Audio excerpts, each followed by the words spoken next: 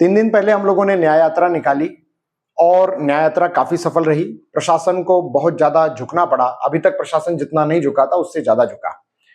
पहले तो ये लोग न्याय यात्रा अपने खुद से निकाल रहे थे, लेकिन नेमावर में न्याय यात्रा को रोक लिया गया था। उसके बाद में जब मैं इनके साथ हो गया और मैंने एसडीएम साहब से कहा कि आप रोक नहीं सकते, उसके बाद में और मैं इनके साथ हूँ, मैं अब इनका नेतृत्व करूँगा, आप नहीं रोकना किसी भी हाल में।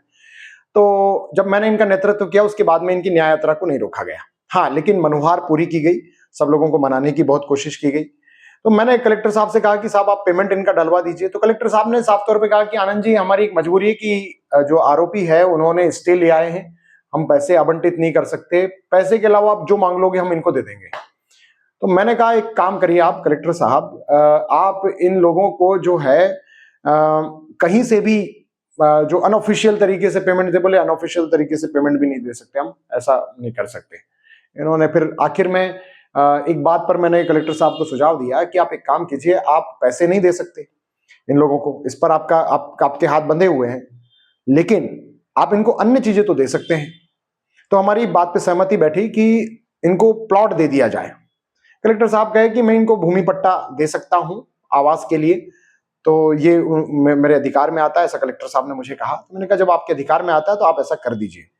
तो सभी जो ब्लास्ट पीड़ित हैं, जिनके मकान टूटे हैं, उन लोगों को छिपाने रोड पर प्लॉट आवंटित करने की बात हमारी तय हुई है और अभी 2 महीने के अंदर इनकी सारी प्रक्रियाएं करके 2 महीने के विदिन 2 मंथ, मतलब 2 महीने के अंदर पूरी इनकी जमीन की रजिस्ट्री इनके नाम पे करके दे देंगे। मतलब सभी को छिपाने रोड पर आपको आप समझो कि 15-15, 20-20 लाख के प्लाट मिल गए। ये बहुत अच्छी खुशी की बात है। और साथ में 2-2 लाख रुपए अतिरिक्त दिलवा दिए। मतलब जो इनको एनजीटी से फंड मिलेगा, मुआवजा मिलने वाला है, वो तो मिलेगा ही मिलेगा। इनको 2-2 लाख रुपए अतिरिक्त दिलवा दिए। इसके अलावा इनको मकान बनाने की सामग्री भी पूरी दिलवा दी, है ना। 3-3 लाख रुपए की मकान की सामग्री देने पर प्रशासन जो है सहमत हुआ है कि हम कुछ भी उठापटक करेंगे इधर उधर से करके, इनको सभी जिनका मकान टूटा है सबको 3-3 लाख रुपए की सामग्री हम लोग दिलवाएंगे। मतलब आप समझो कि एनजीटी से जो मुआवजा मिलना है एनजीटी के निर्देशन पर, वो तो मिलना ही है। स्टे हटने के बाद इनको प्लाट मिल गया, मकान बनाने की सामग्री मिल गई और 2 लाख रुपए एक्स्ट्रा मिल गए। अब क्या है कि कुछ 2-4-5 लोग ऐसे हैं जो उनकी क्या है मनुहार ज्यादा हो गई थोड़ी सी, तो थोड़ा सा अफर गए, तो वो थोड़े से अपने हिसाब से चल रहे हैं। वो लोग ये चीज भी नहीं लेना चाहते हैं। अब आप सोचो यार, छिपाने रोड पर प्लाट नहीं लेना चाहते, वो उससे ज्यादा मूर्ख व्यक्ति कौन होगा।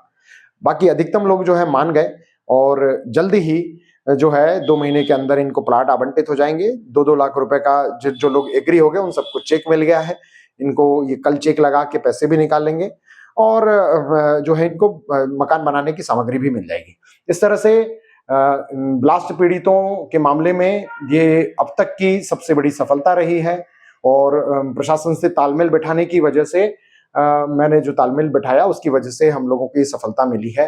और मैं सभी हरदा वासियों का कहूंगा कि आप लोगों ने हमारा हौसला बुलंद रखा, इसके लिए आपका बहुत बहुत धन्यवाद।